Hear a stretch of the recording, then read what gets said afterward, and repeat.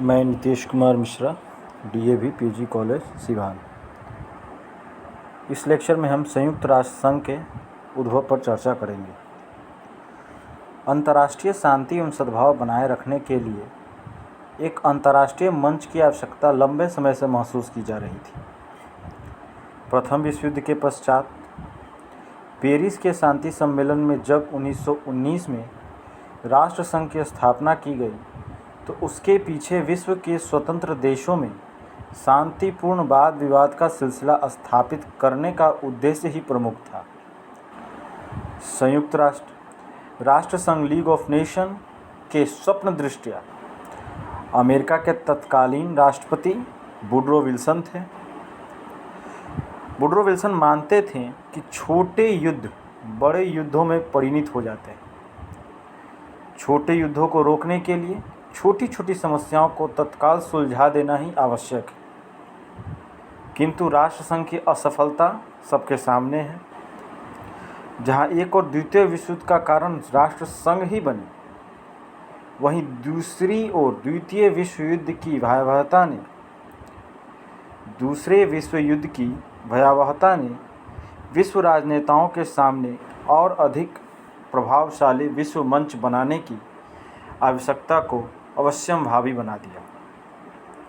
द्वितीय विश्व युद्ध की समाप्ति के पूर्व ही मित्र राष्ट्रों के नेता इस निष्कर्ष पर पहुंच चुके थे कि विश्व की समस्याओं को निपटाने एवं भविष्य में विश्व युद्ध की आशंका को टालने के लिए एक ऐसा मंच स्थापित किया जाए जो राष्ट्र संघ से अधिक प्रभावशाली हो सके।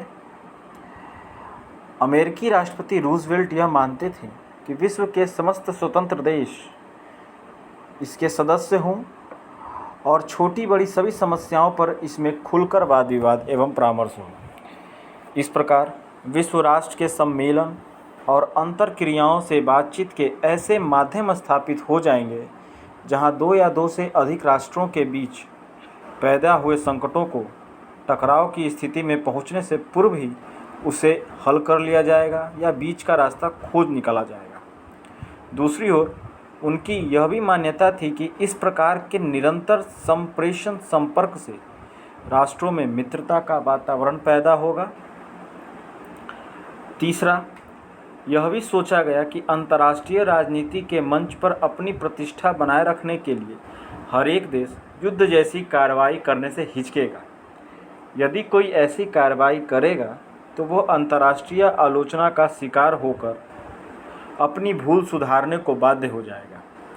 इसके अलावा आर्थिक, सामाजिक, सांस्कृतिक और शैक्षणिक गतिविधियों में ऐसे मंच के जरिए राष्ट्रों में तालमेल एवं निकटता स्थापित करके उनमें आपसी वैमनस्य और संघर्ष की जो प्रवृत्ति थी उसे समाप्त भी किया जा सकेगा।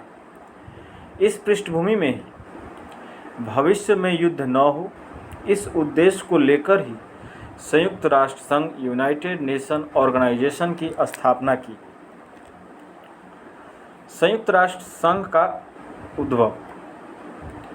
संयुक्त राष्ट्र संघ की असफलता राष्ट्र संघ की असफलता के बावजूद विश्व के देशों ने यह विश्वास सदैव बनाए रखा कि अंतर्राष्ट्रीय संगठन के जरिए दुनिया में शांति और सुरक्षा कायम की जा सकती है। संयुक्त राष्ट्र संघ 20वीं शताब्दी के दौरान अंतर्राष्ट्रीय संगठन स्थापित करने का दूसरा सबसे बड़ा कदम था। असल में संयुक्त राष्ट्र संघ के अभ्युदय की कहानी अनेक चरणों से गुजरी। इसमें अटलांटिक चार्टर, मॉस्को सम्मेलन, डम्बर्टन ऑक्स सम्मेलन, याल्टा सम्मेलन, सैन फ्रांसिस्को सम्मेलन आदि प्रमुख घटनाएं हैं। द्वितीय विश्व युद्ध के दौरान अटलांटिक चार्टर 14 अगस्त 1941 और मॉस्को सम्मेलन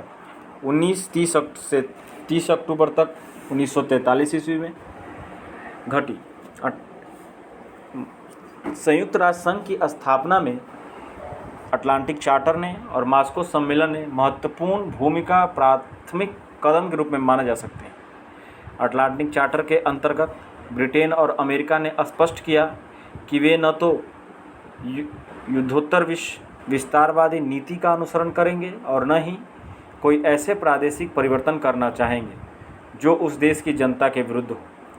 मास्को सम्मेलन में अमेरिका, ब्रिटेन और सोवियत संघ के विदेश मंत्रियों ने यह घोषणा की कि विश्व शांति और सुरक्षा के लिए एक अंतर्राष्ट्रीय संगठन की स्थापना की जाएगी। डम्बर्टन ऑक्स सम्मेलन, जो 2 अगस्त से 1 सितंबर 1944 में हुआ था, इसमें अमेरिका, ब्रिटेन, सोवियत संघ और चीन के प्रतिनिधि शामिल हुए थे।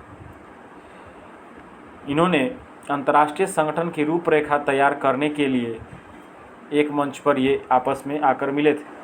हालांकि इस प्रश्न को लेकर उनमें पारस्परिक मतभेद के कारण वे किसी निश्चित निर्णय पर नहीं पहुंच सके, किंतु तय किया गया कि संयुक्त राष्ट्र का एक सम्मेलन 25 अप्रैल 1945 को सैन फ्रांसिस्को में बुलाया जाए, जो डम्बर्टन ऑक्स सम्मेलन के विचार विमर्श तथा प्रस्तावों के आधार पर संयुक्त राष्ट्र संघ के संविधान का निर्माण करेंगे।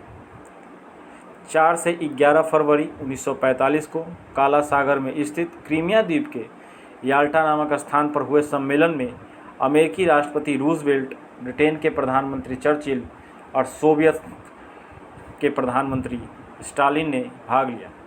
इस याल्टा सम्मेलन में निर्णय लिया गया कि विश्व संगठन की स्थापना के संबंध में 25 अप्रैल 1945 को सैन फ्रांसिस्को नगर में राष्ट्रों का एक सम्मेलन बुलाया जाए। 1 मार्च 1945 तक जर्मनी के विरुद्ध युद्ध घोषित करने वाले समस्त राष्ट्रों को इसमें निमंत्रित किया गया। 5 देश संयुक्त राज्य अमेरिका, ब्रिटेन, सोवियत संघ, फ्रांस और चीन को इसकी सुरक्षा परिषद में अस्थायी स्थान और वीटो पावर प्रदान किए जाएं।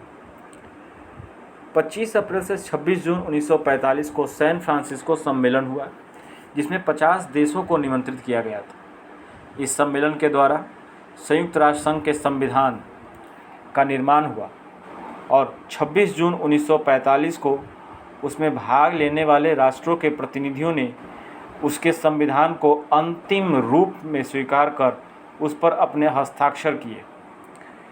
यहाँ यह उल्लेखनीय है कि हस्ताक्षरकर्ताओं में अनेक राष्ट्रों द्वारा संयुक्त राष्ट्र संघ की सदस्यता ग्रहण करने के लिए उनकी संसद की स्वीकृति आवश्यक थी। यह प्रक्रिया 24 अक्टूबर 1945 तक पूरी हो गई और इसी दिन संयुक्त राष्ट्र संघ की औपचारिक रूप से स्थापना हुई। 24 अक्टूबर 1945 को संयुक्त राष्ट्र संघ का जन्म दिवस भी मनाया जाता है।